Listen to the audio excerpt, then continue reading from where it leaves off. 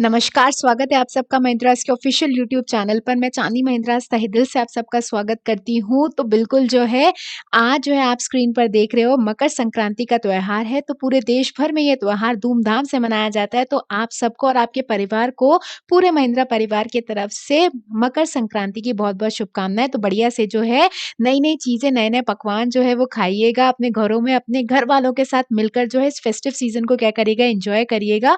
और भाई पतंग तो उड़ाते ही होगे, पतंग को उड़ाना मत भूलना बिल्कुल जो है। तो मकर संक्रांति की सबको शुभकामनाएँ और इसी जो है फेस्टिव सीज़न के साथ शुरुआत करते हैं और बज चुके हैं रात के कितने 12 बज चुके हैं और बिल्कुल जो है हम अपने 10 दनादन क्वेश्चंस के साथ पूरी तरीके से रेडी हो चुके हैं। जितने भी कैंडिडेट्स हमारे साथ जुड़े हुए हैं, कहाँ जाना है कमेंट बॉक्स में आ जाना और आंसर देना स्टार्ट कर देना है। तो बिल्कुल जो है ये खेला चालू किया जाए। पहला क्वेश्चन जो है स्क्रीन पर आ रहा है कंप्यूटर स्क्रीन पर और वो ये है प्रधानमंत्री फसल बीमा योजना PMFBY successfully completed how many years of operations on 13th of January 2021?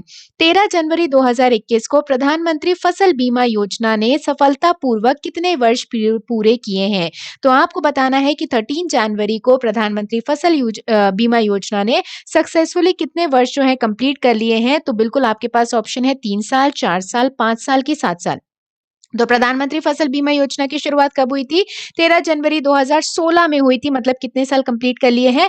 5 साल सक्सेसफुली कंप्लीट कर लिए हैं प्रधानमंत्री फसल बीमा योजना ने। नेक्स्ट क्वेश्चन की तरफ मूव कर रहे हैं। The first ever ice climbing festival was celebrated in Nubra Valley. Where is Nubra Valley located? Nubra घाटी में सर्वप्रथम आइस क्लाइंबिंग उत्सव मनाया गया। आपको बताना है कि नुब्रा घाटी कहाँ पर स्थित है। तो आप स्क्रीन पर देख सकते हो कि ये क्या है, आइस क्लाइंबिंग फेस्टिवल है जो सबसे पहला आइस क्लाइंबिंग फेस्टिवल रहा। ये सेलिब्रेट किया गया नुब्रा वैली में। ये नुब्रा घाटी जो है ये कहाँ पर स्थित है? ऑप्शन है जम्मू एंड कश्मीर, लद्दाख, उत्तराखंड की फिर नेपाल। तो बिल्कुल आंसर देने जो है स्टार्ट कर देने हैं। और नुब्रा वैली कहाँ पर स्थित है, कहाँ पर लोकेटेड है? तो भाई लद्दाख में लोकेटेड है। कहाँ पर लोकेटेड है? लद्दाख में लोकेटेड है। Next question. NIC and Dash to launch CollabCAD software on 14th January to provide total engineering solution for students and faculty of engineering graphics curriculum. छात्रों और इंजीनियरिंग ग्राफिक्स पाठ्यक्रम के साकाय के लिए कुल इंजीनियरिंग समाधान प्रदान करने के लिए 14 जनवरी को NIC और कौन सी ऑर्गेनाइजेशन, कौन सी यूनिवर्सिटी CollabCAD नाम का सॉफ्टवेयर लॉन्च करेगी?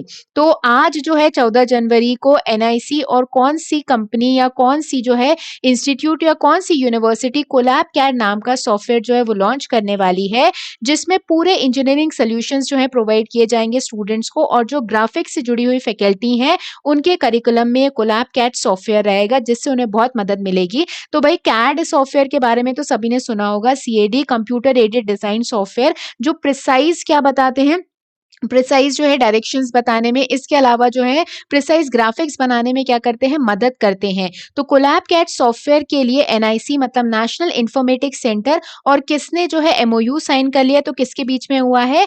CBSE के बीच में ये अग्रीमेंट साइन हुआ है। दोनों मिलकर CollabCAD सॉफ्टवेयर जो है वो स्टूडेंट्स तक और फैकल्टी ऑफ इंजीनियरिंग जो ग्राफिक्स करिकुलम से संबंधित है उन तक ये CollabCAD सॉफ्टवेयर जो है क्या किया जाएगा, पहुंचाया जाएगा।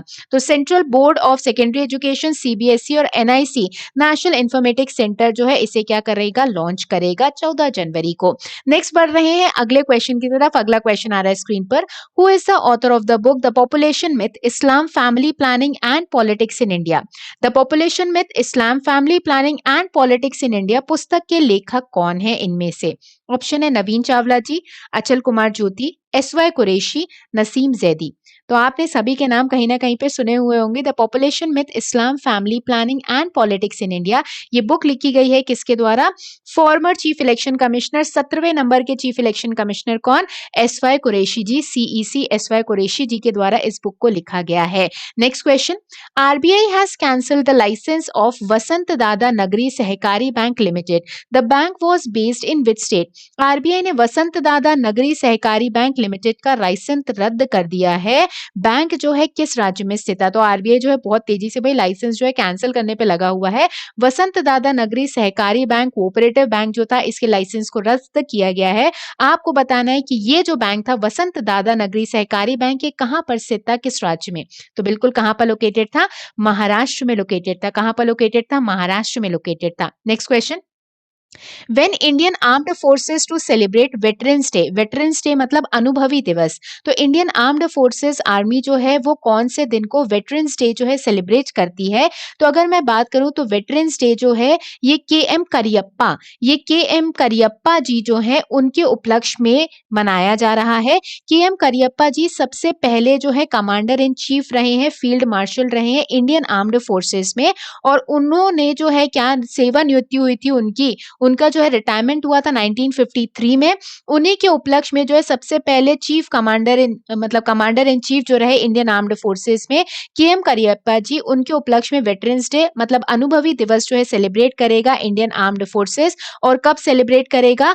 आज ही मतलब 14 जनवरी को इंडियन आर्म्ड फोर्सेस जो है इसे क्या करेगा? सेलिब्रेट करेगा वेटरन्स डे को। अगर मैं बात करूं तो बिल्कुल जो है chief of defence staff Bipin Rawat ji और डिफेंस मिनिस्टर राजनाथ सिंह जी जो है इंडियन आर्म्ड फोर्सेस का जो सेंटर है बेंगलुरु में, वहां पर क्या करेंगे? विजिट करेंगे। नेक्स्ट बढ़ रहे हैं अगले क्वेश्चन की तरफ, और अगला क्वेश्चन आ रहा है स्क्रीन पर।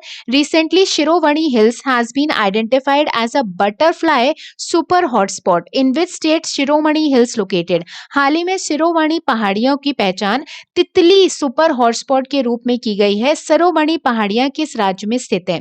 तो शिरोमणि हिल्स जो है हाल ही में वहां पे बहुत सारी तितलियां पाई गई हैं, जिसे घोषित कर दिया गया है कि वो बटरफ्लाई सुपर हॉटस्पॉट है। आपको बताना है कि शिरोमणि जो पहाड़ियां हैं, शिरोमणि हिल्स जो है, ये कहाँ पर लोकेटेड है? तो बिल्कुल कहाँ पर लोकेटेड है? कोयम्बटूर तमिलनाडु में लोकेटेड है। कहाँ पर लोकेटेड है? कोयम्बटूर तमिलनाडु में लोकेटेड है। नेक्स्ट क्वेश्चन की तरफ बढ़ रहे हैं। The foreign asset investigation units FAIU have been recently created by which of the following organization agency?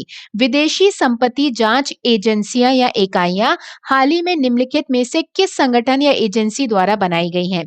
तो एक जो है नई यूनिट बनाई गई है, फॉरेन एसेट इन्वेस्टिगेशन यूनिट्स, ठीक है ना, विदेशी संपत्ति जांच इकाइयां बनाई गई हैं। इनमें से किस संगठन या ऑर्गेनाइजेशन के द्वारा जो है ये एक नई यूनिट उनके अंदर बनाई गई है, जिसमें जो इंडियंस अब्रॉड रह रहे हैं उनकी बेनामी संपत्ति, इन सब पर नजर रखी जा सकेगी। तो फॉरेन एसेट इन्वेस्टिगेशन यूनिट जो है किसने बनाई है? तो बिल्कुल आयकर विभाग ने बनाई है, इनकम टैक्स डिपार्टमेंट ने बनाई है। किसने बनाई है भाई? इनकम टैक्स डिपार्टमेंट ने बनाई है। नेक्स्ट क्वेश्चन की तरफ बढ़ रहे हैं। Recently, which state government launched statewide करुणा अभियान 2021? हाल ही में किस राज्य की सरकार ने राज्यव्यापी करुणा अभियान 2021 लॉन्च किया है? तो इसे मर्सी मिशन कहा गया है। करुणा को इंग्लिश में क्या कहा जाता है भाई? मर्सी कहा जाता है। तो मर्सी मिशन चलाया जा रहा है उस राज्य में, और ये करुणा अभियान जो है ये कौन सा राज्य चला रहा है? तो कौन सा राज्य है? वो गुजरात है। क्यों? अगर मैं बात करूं तो उत्तरायण के फेस्टिवल जो होता है, जिसमें काइट फेस्टिवल होता है, 10 जनवरी से लेकर 20 जनवरी तक जो है गुजरात में काइट फेस्टिवल या उत्तरायण के उपलक्ष्य में मनाया जाता है। तो क्या होता है कि थ्रेड की वजह से बहुत सारे पक्षी बर्ड्स जो है वो मारे जाते हैं। ठीक है, तो ये भी कहा है कि गुजरात सरकार ने कि जो चाइनीज थ्रेड्स का इस्तेमाल करता है उसे भी क्या किया जाएगा? रोका जाएगा। तो ये जो है SOPs बना दी जाती हैं, ऑपरेटिंग प्रोसीजर्स बना दिए जाते हैं कि कहाँ कहाँ पर जो है काइट फेस्टिवल जो है ऑर्गेनाइज किया जाएगा। तो उसी से रिलेटेड है करुणा अभियान, कि करुणा करना है, मर्सी करनी है किन पर? बर्ड्स पर, जो इन काइट फेस्टिवल की तरफ से बहुत सारी बर्ड्स की उन थ्रेड्स की वजह से क्या हो जाती है? मौतें हो जाती हैं। तो उसके लिए जो है गुजरात चला रहा है स्टेट गवर्नमेंट पूरे स्टेट वाइड करुणा अभियान को, मर्सी मिशन को। अगर मैं बात करूं नेक्स्ट क्वेश्चन की तरफ बढ़ रहे हैं। Who among the following is the president of European central bank which is headquartered in Frankfurt Germany? निम्नलिखित में से कौन यूरोपियन सेंट्रल बैंक की अध्यक्ष है जिसका हेडक्वार्टर मुख्यालय फ्रैंकफर्ट जर्मनी में है? तो ECB यूरोपियन सेंट्रल बैंक के आपको अध्यक्ष का नाम बताना है। ECB का मुख्यालय कहां पर लोकेटेड है? फ्रैंकफर्ट जर्मनी में लोकेटेड है। तो बिल्कुल यूरोपियन सेंट्रल बैंक के अध्यक्ष जो है वो न्यूज में बनी रही हैं। उन्होंने बिटकॉइंस क्रिप्टो करेंसी के बारे में जो है वो बहुत सारी जो है डिटेल्स शेयर की हैं। तो बिल्कुल जो है प्रेसिडेंट यूरोपियन सेंट्रल बैंक की कौन है? तो वो कौन है? जो पहले किसकी हुआ करती थी? IMF की हुआ करती थी। कौन? क्रिस्टीन लगार्डे जी। कौन है? क्रिस्टीन लगार्डे जी। अब मुझे कमेंट बॉक्स में लिखकर बताओगे कि क्रिस्टीन लगार्डे जी जो है किस कंट्री से बिलोंग करती है? प्रेसिडेंट तो है यूरोपियन सेंट्रल बैंक की, किस कंट्री से बिलोंग करती है? ये कमेंट बॉक्स में लिखकर बताओगे। अब ऑड्रे अज्यूले जो है वो किसकी है भाई? यूनेस्को की हैं, ठीक है ना। हेनरिटा H4 किसकी हैं, यूनिसेफ की हैं। अगर मैं बात करूं पुमजाइल लाम्बो की तो ये है यूएन विमेन। यूएन विमेन नाम की भी एक ऑर्गेनाइजेशन है जो विमेन एम्पावरमेंट के लिए काम करती है संयुक्त राष्ट्र के अंदर, जो न्यूयॉर्क में ही लोकेटेड है, उसकी अध्यक्ष हैं ये, ठीक है। तो ईसीबी यूरोपियन सेंट्रल बैंक की जो यूरोपियन यूनियन कंट्रीज है, ईयू कंट्रीज है, वो भी डेफिनेटली न्यूज में बनी रहती हैं और उनके लिए एक यूरोपियन सेंट्रल बैंक बना हुआ है जिसका हेडक्वार्टर फ्रैंकफर्ट जर्मनी में है, जिसकी प्रेसिडेंट कौन है, क्रिस्टीन लगार्डे जी हैं। नेक्स्ट बढ़ रहे हैं तो आज की दनादन 10 क्वेश्चंस पूरी तरीके से क्या हो चुके हैं, कंप्लीट हो चुके हैं। तो ये कुछ अपकमिंग बैचेस हैं जो आने वाले ड्यूरेशन में हम स्टार्ट करने वाले हैं, ऑनलाइन बैचेस हैं। तो ज्यादा इन्फॉर्मेशन के लिए आप www.mahindras.org की वेबसाइट पर विजिट कर सकते हो। देखो अभी भी जो है कोरोना वायरस पूरी तरीके से खत्म नहीं हुआ है, वैक्सीनेशन प्रोग्राम जो है 16 जनवरी से चलाया जाएगा, तो इसलिए जो है अपनी तैयारी को बेहतरीन बनाकर रखना है, तो ऑनलाइन प्लेटफॉर्म से बिल्कुल जुड़े रहना है। 13 जनवरी से 2 बैचेस की शुरुआत की जा चुकी है, 5:30 से 7:30 CGL CHSL और 3 से 5 IBPS PO क्लर्क। अगले बुधवार मतलब 20 जनवरी से 10:30 से 12:30 IBPS PO क्लर्क का एक नया बैच जो है वो बिल्कुल स्टार्ट किया जा रहा है। अगर हम बात करें जितने भी कैंडिडेट्स मेरे प्यारे साथी अभी तक टेलीग्राम पे मेरे साथ नहीं जुड़े हैं, तो बिल्कुल आप ऑफिशियली चेक कर सकते हो टेलीग्राम पर, सिलेक्शन विद चांदनी के नाम से सर्च करके आप मेरे साथ कनेक्ट हो सकते हो। कोई भी इंपॉर्टेंट इन्फॉर्मेशन PDF या फिर इंपॉर्टेंट नोट्स बिल्कुल इसमें क्या कर दिए जाते हैं, शेयर कर दिए जाते हैं। कोई भी दुख दर्द परेशानी हो तो बिल्कुल जो है क्या कर सकते हो, यहाँ पे पिंग भी कर सकते हो। आज के सेशन को यहीं पे एंड करते हैं। जितने भी कैंडिडेट्स जुड़े हुए थे, अगर चैनल को सब्सक्राइब नहीं किया है तो भाई चैनल को सब्सक्राइब करना ना भूलें और बेल आइकन दबाना तो बिल्कुल भी ना भूलें, ताकि कोई भी इंपॉर्टेंट इन्फॉर्मेशन मिस ना हो पाए। अगर हम बात करें तो बिल्कुल आरआरबी मेंस के लिए जो है कल से क्या हो रहे हैं, क्लासेस जो है पूरी तरीके से, मतलब आज से क्लासेस जो है पूरी तरीके से क्या हो रही हैं, स्टार्ट हो रही हैं। तो जुड़ना ना भूलें। जिनका आरआरबी क्वालिफाई हो चुका है या जो IBPS PO मेंस या फिर IBPS क्लर्क मेंस की तैयारी कर रहे हैं, तो बिल्कुल उस बैच से जुड़ना ना भूलें। तो आप ऑफिशियल महिंद्रास की यूट्यूब चैनल पर बैचेस को देख सकते हो।